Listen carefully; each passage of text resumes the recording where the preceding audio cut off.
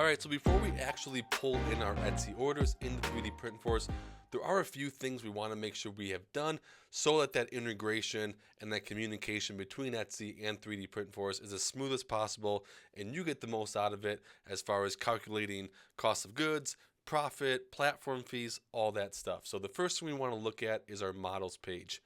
You want to make sure you have at least every model that you've sold in the last 14 days in here in 3D Print Force with all the information filled out. The print time, how many grams of filament it used, all that stuff. If you don't, when 3D Print Force pulls in that order from Etsy, it's going to report with 0 values and it's going to throw off your cost of goods, your platform fees, and your potential profit from that sale. But then also going forward, anything you might sell, you want to make sure you have the model logged in 3D Print Force before you actually make that sale on Etsy. The second thing we need to do is look at our filament. We need to not only have the filament that we sold logged in here, but we also need to make sure that we have any of our marketing names listed here, right? So we covered this in our filament onboarding video, but obviously what we call filament internally, we may, spiffy up for the internet. So for an example, dark red internally, maybe on Etsy we call it Mary Red, or we call it Santa Red, or we call it Christmas Red.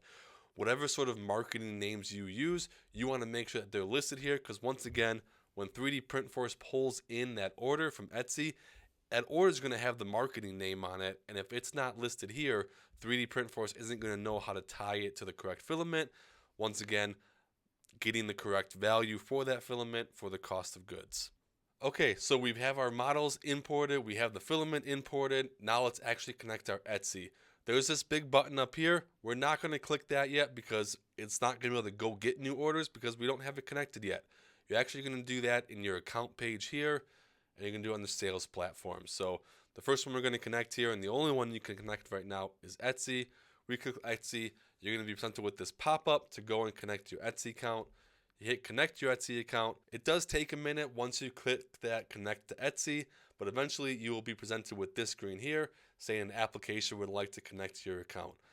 Please read through this if you'd like to. Ultimately, if you want to connect your Etsy to 3D Print Force, you just hit grant access here. It'll dump you back here to your 3D Print Force page. And if we go back to our account, we can see here we are now connected. It should pull in your Etsy shop name. And then if you ever want to disconnect, you can do that here. Now that we're connected though, we can go back over to orders and we can hit get new orders. This might take longer or less time. However, this first time it is going to take a minute, so be patient. It's doing a lot of calculations in the background.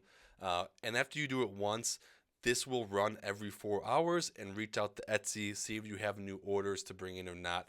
Once that starts happening, it kind of just happens in the background and you won't even notice. And then when you log in, you'll have your orders there.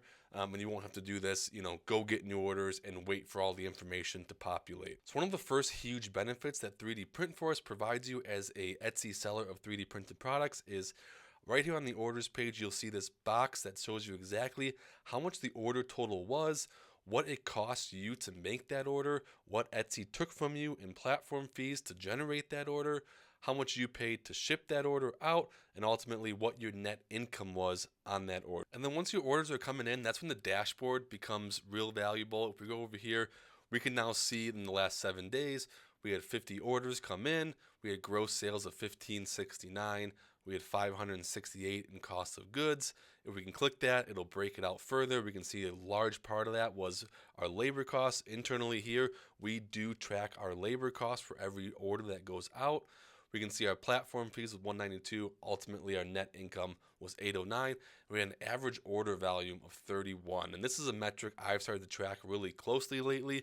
I'm really trying to increase the average order value of every order I get. It has a lot of repercussions, and the higher you can get that number, the easier life is. As always, thanks for being a 3D Print Force member, and happy profiting.